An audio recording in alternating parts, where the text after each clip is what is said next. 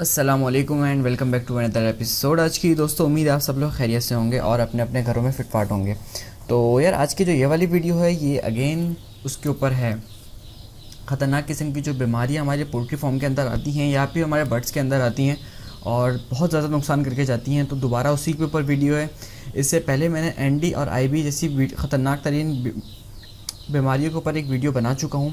अगर आपने वो वीडियो नहीं देखी तो आप वो वाली वीडियो भी ज़रूर देख लेना, क्योंकि इसमें भी आपको काफ़ी ज़्यादा हेल्प होने वाली है।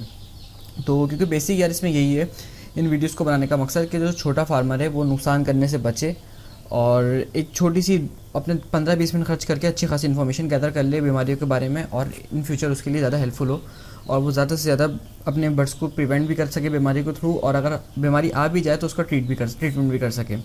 तो यार आज की जो बीमारी है इसके अंदर CRD है और CRD का ऐसा है कि CRD भी ख़तरनाक बीमारी है। इसके अंदर बर्ड जो इन्फेक्टेड होता है, जिसे मोबिलिटी बोलते हैं, वो 100% तक पहुंच जाती है और मोर्टेलिटी नॉर्मली 30%, 35%, 50% तक जाती है। 100% नहीं होती पर काफ़ी ज़्यादा इश्यूज आते हैं उसमें। बर्ड वेट गेन करना छोड़ देता है, बल्कि लॉस करना शुरू कर देता है, एग प्रोडक्शन छोड़ देता है। तो इस तरीके से डिफरेंट किस्म के इसमें मसले आते हैं, जैसे कि तकरीबन बाकी बीमारियों में भी आते हैं। क्यों, और कुछ बीमारी ऐसी होती हैं जो होती तो हैं पर वो नुकसान नहीं देती एग प्रोडक्शन को और वेट को, पर ये जो है ये दोनों को नुकसान देती है। और मोर्टेलिटी भी आपको मैंने बताया कि 30 to 50% तक हो जाती है नॉर्मली। तो इसको कंट्रोल किया जाए, तो कंट्रोल कैसे किया जाए और पकड़ा कैसे जाए, तो इसी वीडियो में इस बारे में आज हम बात करेंगे। तो ऐसा है कि यार CRD अगर आपके बर्ड्स में आ जाए ना, सबसे पहले हम बात करते हैं कि आप इसको डिटेक्ट कैसे करो, कैसे आपको आइडिया हो कि यार CRD कन्फर्म है। तो सबसे पहले देखो यार, बर्ड जो है वो खांसेगा, हल्का हल्का सा छींकेगा और उसकी नाक से क्या कहते हैं नज़ला भी बह रहा होगा। और जैसे आईबी के अंदर मुंह खोलता है वो उसी तरीके से मुंह खोल के सांस ले रहा होगा, लेकिन आईबी की तरह तकलीफ से नहीं ले रहा होगा। फीड खा रहा होगा, बहरहाल नॉर्मली फीड खा रहा होगा, जैसे आईबी में कंप्लीट छोड़ देता है तो इसके अंदर थोड़ा बहुत खा रहा होगा, थोड़ी बहुत चल रही होगी फीड। तो इस तरीके से आपको आइडिया हो जाएगा। बार बार वो अपनी गर्दन झटकेगा क्योंकि उसकी आँख से और नाक से बहुत ज़्यादा पानी आ रहा होता है, तो वो उसको झटक के सारा का सारा ख़त्म हटाने की कोशिश करता है, जिससे उसको भी टेंशन होती है और उसकी आँख थोड़ी सूजन सी हो जाती है। मैं आपको जैसे हल्के से दिखा रहा हूँ इस वीडियो के अंदर, आपको आइडिया हो जाएगा कि इस आईबी के अंदर इसकी जो आँखों की जो आसपास की जगह है वो बिल्कुल ही साफ सी हो जाती है। आईबी कह रहा हूँ, CRD के अंदर। आईबी में भी तकरीबन यही बात होती है, बट CRD के अंदर ये ज़्यादा होता है, नज़ला बहुत ज़्यादा बढ़ जाता है। तो इस तरीके से आपको आइडिया होना चाहिए कि CRD के अंदर भी वही मसले हैं काफ़ी हद तक आईबी के। अगर आप इसमें कंफर्म ना कर सको, डिफ्रेंशिएट ना कर सको, तो प्लीज़ डॉक्टर के पास चले जाना, खुद तुक्के मत मारना।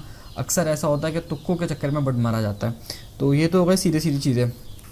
इसके अलावा जो पोस्टमार्टम के अंदर आप बर्ड को आइडिया करोगे ना कि इसको वो CRD है या नहीं है, तो पोस्टमार्टम के अंदर ऐसा होता है कि मैंने आपको बताया था कि उसके अंदर आईबी के अंदर उसके जो गला होता है उसके अंदर हल्का सा वो आ जाता है, क्या कहते हैं उसे, समझ लीजिए चिकनाहट जैसी कोई जैसे कोई लेसदार कोई मवाद अंदर आ जाता है उसके। इसके अंदर भी सेम वैसे ही होता है, उसके अंदर लाल लाल धब्बे पड़ जाते हैं, इसमें भी अक्सर लाल लाल धब्बे पड़ जाते हैं। तो डिफ्रेंशिएट करना काफ़ी हद तक मुश्किल है, पर एक तरीका हो सकता है। बर्ड का जो एयर सैक होता है, यानी फेफड़ों के अलावा एयर सैक एक और चीज़ होती है जो फेफड़े और दिल के बीच में एक झिल्ली होती है छोटी सी, और कहते हैं एक्स्ट्रा ऑक्सीजन या एक्स्ट्रा जो अंदर अपने अंदर गैसेस लेता है, तो उसके लिए वो होता है। बहरहाल मुझे इतना कुछ आइडिया नहीं है इसका, लेकिन फिर भी कंफर्म है कि वो एयर सैक आप देखोगे तो पतली सी झिल्ली होती है। मैं आपको वीडियो में दिखाने की कोशिश करता हूँ। तो उस झिल्ली के अंदर भी उस झिल्ली का कलर चेंज हो जाता है। अभी वो ट्रांसपेरेंट सी होती है, पर जब वो उसमें CRD आता है तो वो कंप्लीट की कंप्लीट जो झिल्ली होती है वो क्लाउडी सी हो जाती है, उसके आर पार हम नहीं देख सकते। तो इस तरीके से CRD को कंफर्म पकड़ा जा सकता है और आइडिया लगा सकता है कि कंफर्म CRD है। और CRD यार जब ये ज़्यादा ख़तरनाक हो जाता है जब ये इक्वलाई के साथ मिल जाता है। इक्वलाई पे इंशाल्लाह वीडियो आएगी, नेक्स्ट वीडियो जो होगी वो इक्वलाई पर होगी। पर जब इक्वलाई और CRD मिल जाता है तो बनता है CCRD। वो बहुत ख़तरनाक है, वो 80 to 90% तक मोर्टेलिटी ले जाता है और बेड़ा गर्क कर देता है। तो जब भी CRD इस तरह की बीमारी है तो उसको ट्रीट करने की जल्द से जल्द कोशिश की जाए, उसको छोड़ा ना जाए। और इक्वलाई के अंदर एक छोटी सी आपको आइडिया दे देता हूँ कि इक्वलाई के अंदर जो उसका लिवर होता है उसका भी कलर चेंज हो जाता है, उसके ऊपर चीज़ी सा मांस आ जाता है, यानी हल्की समझ लो चर्बी आ जाती है चीज़ी सी, और उसके अलावा इंटेस्टाइन में थोड़ा सा कलर में फ़र्क आता है। बाकी CRD में एक लोगों का कहना है कि उसका जो लंग का कलर है वो डार्क रेड हो जाता है। तो बहरहाल मुझे कंफर्म नहीं है ये बात, मैंने खुद एक्सपीरियंस नहीं करी, पर कहते हैं कि डार्क रेड हो जाता है। तो क्या पता ये भी एक सिम्टम हो इसका, जिससे आप इसको पकड़ सकते हो। तो ये सारी चीज़ें आपको बता दी कि किस तरीके से अगर आपके बर्ड में CRD आया तो आप इसको पकड़ सकते हो। अब बात करते हैं इसके ट्रीटमेंट की। ट्रीटमेंट के लिए यार आप सिंपली टायरोसिन और कॉलेसिन यूज़ कर सकते हो। और दोनों एंटीबायोटिक इंसानों की हैं, वेटरनरी स्टोर से मिलेंगी आपको। हर कोई वीडियो के अंदर बाद में ये पूछता है कि वेटरनरी स्टोर से मिलती हैं या नॉर्मल मेडिकल स्टोर से मिलती है। तो भाई ये दोनों मेडिसिन आपको वेटरनरी स्टोर से मिलेंगी। कॉलेस्टीन काफ़ी अच्छा रिजल्ट देती है, मैंने खुद भी आइडिया किया है। कॉलेस्टीन जब भी यूज़ करिए बर्ड्स के अंदर तो कॉलेस्टीन आप यूज़ कर सकते हो, और टाइलोसिन भी आप यूज़ कर सकते हो, दोनों ऑप्शनल है। और अगर दोनों को कॉम्बिनेशन यूज़ करो, साथ में ब्रोमोहेक्सिन डाल दो तो फिर काफ़ी अच्छा रिजल्ट मिलता है। बहरहाल आप दोनों चीज़ें यूज़ कर सकते हो। अगर अक्सर ऐसा होता है कि लोग प्रिवेंशन के लिए, यानी बीमारी आने से पहले ही कॉलेस्टीन यूज़ कर रहे होते हैं, जब बीमारी आ जाती है तो कॉलेस्टीन काम नहीं करती, तो उस टाइम पे आप टाइलोसिन और कॉलेस्टीन का कॉम्बिनेशन चलाओ, वो ज़्यादा बेहतर होता है। बजाय इसके कि आप कॉलेस्टीन ही बार बार या डबल डोज में चला रहे हो, तो उससे ज़्यादा फ़र्क नहीं पड़ता, बट की जो हेल्थ होती है उसमें अफेक्ट पड़ जाता है। तो इस चीज़ का आप लोगों ने ख्याल करना है यार। साथ में अगर हम बात करें कि यार ये आता कैसे है, क्या इसकी वजह है और किस तरीके से ये आ सकता है आपके बर्ड्स के अंदर। फ़र्स्ट ऑफ़ ऑल यार, इसमें जो होता है एक वर्टिकल ट्रांसमिशन होती है इसके अंदर, सॉरी पहले होती है हॉरिजॉन्टल के अंदर। यार अगर आप चेक करो तो ये ऐसी है कि आपके जो बर्तन हैं वो किसी से कांटेक्ट में है, यानी किसी बीमार बर्ड्स के पास से आपके बर्तन आ गए, ये भी एक वजह है। उसके अलावा अगर आप चेक करो तो या फिर कोई ऐसा बंदा जो पहले से इन्फेक्टेड है इससे, यानी कि वो ऐसे बर्ड डॉक्टर या कोई ऐसी मेडिसिन वगैरह, या फिर समझ करो जैसे कि कोई डॉक्टर आ रहा है वो पहले से ही ऐसे फॉलोअप के पास से होकर आ रहा है जिसको CRD है, और उसने आपके पास लाकर ट्रांसमिशन कर दिया, तो इससे भी ये बीमारी फैल सकती है। उसके अलावा साथ साथ मेडिसिन वगैरह में भी लग कर आ सकती है, आपके पाँवों में भी लग कर आ सकती है, कोई बाहर से बंदा आया उसमें भी आ सकती है। तो बहुत ज़्यादा ऑप्शन है। सबसे अच्छा आप बायोसिक्योरिटी पे अपना ख्याल करो। बायोसिक्योरिटी पे इंशाल्लाह एक और वीडियो आएगी डिटेल में, किस तरीके से आप अपनी बायोसिक्योरिटी स्ट्रॉन्ग कर सकते हो। उसके अलावा जो यार आ सकता है ये तरीका, वो आ सकता है डायरेक्टली पेरेंट्स में से। ये सबसे ज़्यादा डेंजरस है, इसे कहते हैं वर्टिकल ट्रांसमिशन वायरस की, और ये बेड़ा गर्क कर देती है, यानी इसको तो आप प्रिवेंट ही नहीं कर सकते ना किसी तरीके से।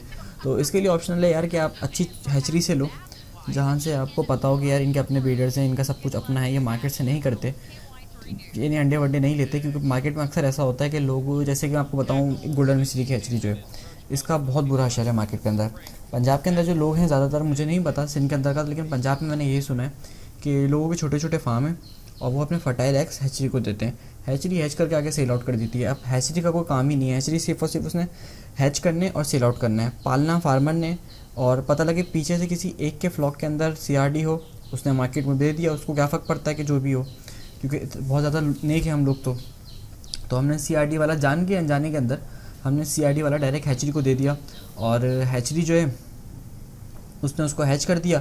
वो बाय बर्थ ही उसके अंदर CRD था, तो CRD उसमें पता कब लगेगा, तकरीबन 21 दिन के बाद। जब बर्ड्स की एज 21 दिन की हो जाएगी तो आपको CRD कंफर्म पड़ जाएगा कि भाई इसके अंदर CRD आया है। CRD जल्दी नहीं आता, शुरू के 4-5 दिन के अंदर CRD कभी नहीं आता, CRD आता है 21 दिन के अंदर।